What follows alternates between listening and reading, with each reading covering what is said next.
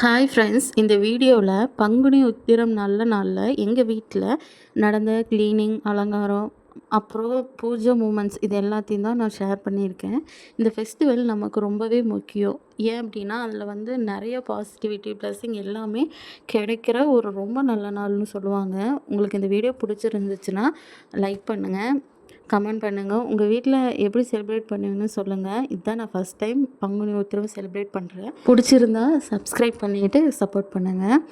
இப்போ வீடியோக்குள்ளே போகலாமா? ஃபஸ்ட்டு வந்து க்ளீனிங் தான். க்ளீனிங் வந்து நைட்டே வந்து பூஜை பாத்திரம் எல்லாத்தையும் வாஷ் பண்ணி வச்சுட்டேன். வாஷ் பண்ணி வச்சுட்டு குபேர பானைக்கு வந்து சரி குபேர பானைக்கும் விளக்குக்கும் மஞ்சள் வச்சு குங்குமம் வச்சுட்டா அது நான் காலையில் விளக்கு போடுறதுக்கு நல்லாயிருக்கும் அப்படின்னு தான் நைட்டே வந்து அந்த வேலையை முடிச்சிட்டோம்.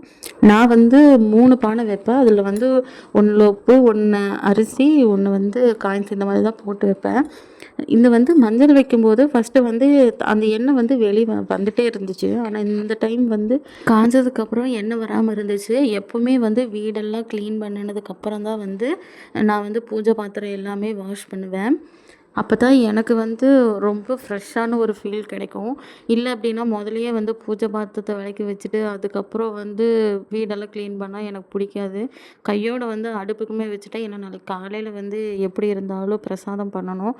நாங்கள் 2 பேருமே தான் நாளைக்கு வந்து பங்குனி உத்திரத்துக்கு இருக்கலாம் அப்படின்னு சொல்லி இருக்கோம். நாளைக்கு பால் இது வச்சு தான் வந்து ஃபஸ்ட்டு இது இருக்க போகிறோம், விரதம் இருக்க போகிறோம். அதனால என்னவோ நைட்டெல்லாம் தூக்கமே வரல. சரி காலையில் அலாரம் வச்சுட்டு தான் தூங்கினேன். எந்திரிச்சு குளிச்சுட்டு சாமிக்கு வந்து பால் காய்ச்சி வச்சுட்டு அதுக்கப்புறம் போய் பூஜை திங்ஸ் எல்லாம் ரெடி பண்ணலாம் அப்படின்னு தான். சரி முதலையே வந்து பால் காய்ச்சி வச்சுட்டேன்.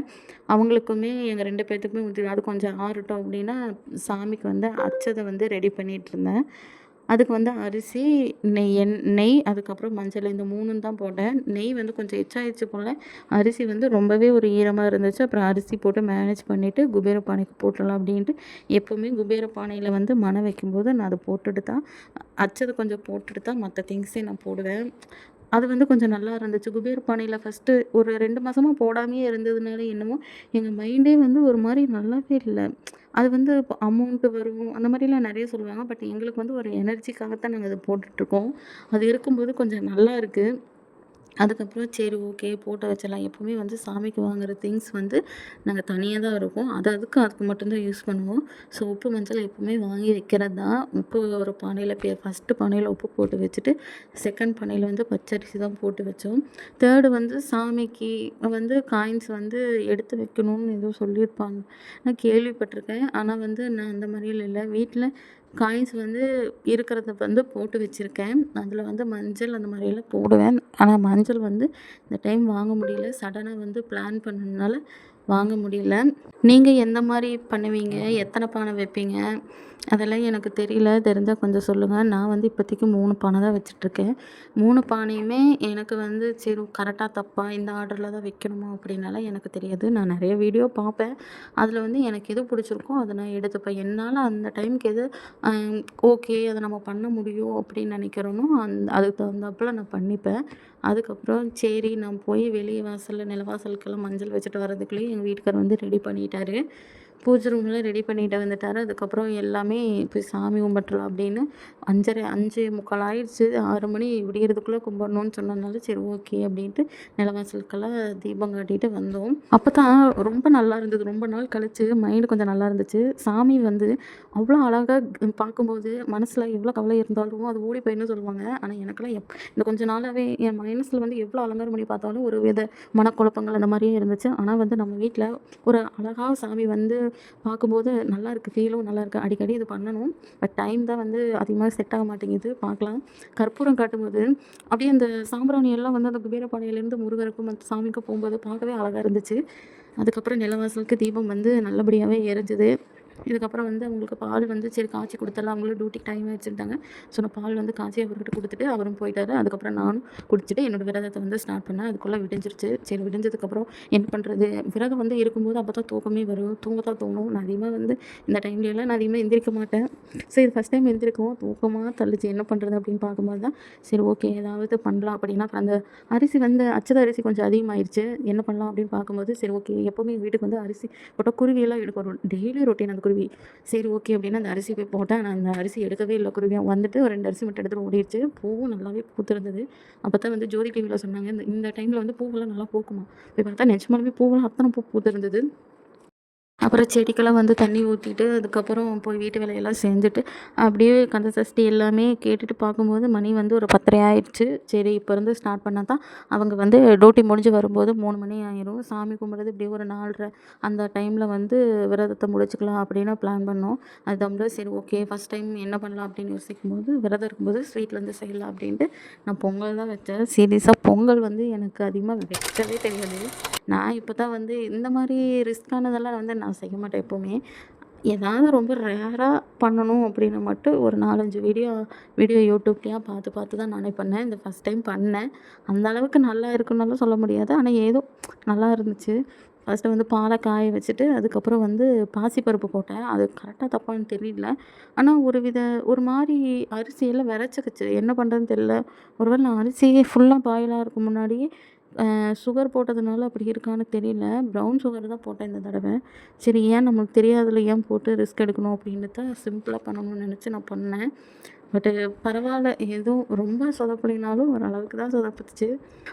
பால் வந்து ஃபஸ்ட்டு பொங்கி வரும்போது வந்து எந்த திசையில விழுந்தா நல்லது அப்படின்னு எனக்கு தெரியல. ஆனா வந்து எங்க வீட்ல சொல்லுவாங்க கிழக்கு திசைன்னு. ஆனா இது வடக்கு, கிழக்கு இந்த 2 திசையிலுமே விழுந்துச்சு. இது நல்லதா கெட்டதான்னு தெரியல.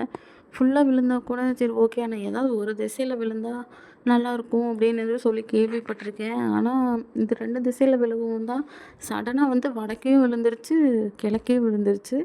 சரி பொங்கல் நல்லபடியா பொங்கிருச்சு. இனி கடவுள் எது நடக்கணும்னு இருக்கோ அது கண்டிப்பா நடந்து தான் தீரும். என்ன ஆனாலும் நடக்கிறத வந்து ஸ்டாப் பண்ண முடியாது. சரி ஓகே வந்தது அவ்வளோதான் அப்படின்ட்டு பால் பாயாசத்துக்கு ஒவ்வொன்றா ரெடி பண்ணிகிட்ருந்தேன். அதுக்கப்புறம் ஒரு வழியா பால் பாயாசம் வச்சு முடிச்சதுக்கப்புறம் பொங்கலும் சைடில் வந்து நல்லாவே வச்சு முடிச்சாச்சு. சாம்பார் வைக்கலாம் அப்படின்னு பிளான் பண்ணேன். சாம்பாருக்கு வந்து என்ன பண்ணுறது அப்படின்னு யோசிக்கும்போது தான் சரி ஓகே எப்பவும் போல் நான் சடனாக ஒரு 1/4 மணி நேரத்தில் முடிக்கிற மாதிரி ஒரு சாம்பார் ரெடி பண்ணுவேன். அந்த மாதிரியே குக்கரில் பருப்பெல்லாம் போட்டு விட்டுட்டு இப்போ கேஸ் தட்டுப்பாடு வேறு நம்ம வேறு இத்தனை இது வச்சுருக்கோம். இது வந்து அந்த டைமில் வந்து பங்குனி உத்திரத்தன்னைக்கு வந்து கல்யாண தடையெல்லாம் நீங்கி நிறையா நல்லது நடக்கும். மோஸ்ட்லி வந்து நிறைய கடவுளுக்கு வந்து அந்த நாளில் தான் வந்து கல்யாணம் ஆகிருக்கு அப்படின்னு வந்து நான் படித்தேன். அப்போ தான் வந்து சரி ஓகே அப்போனா கல்யாண விருந்து மாதிரி தானே இருக்கணும்.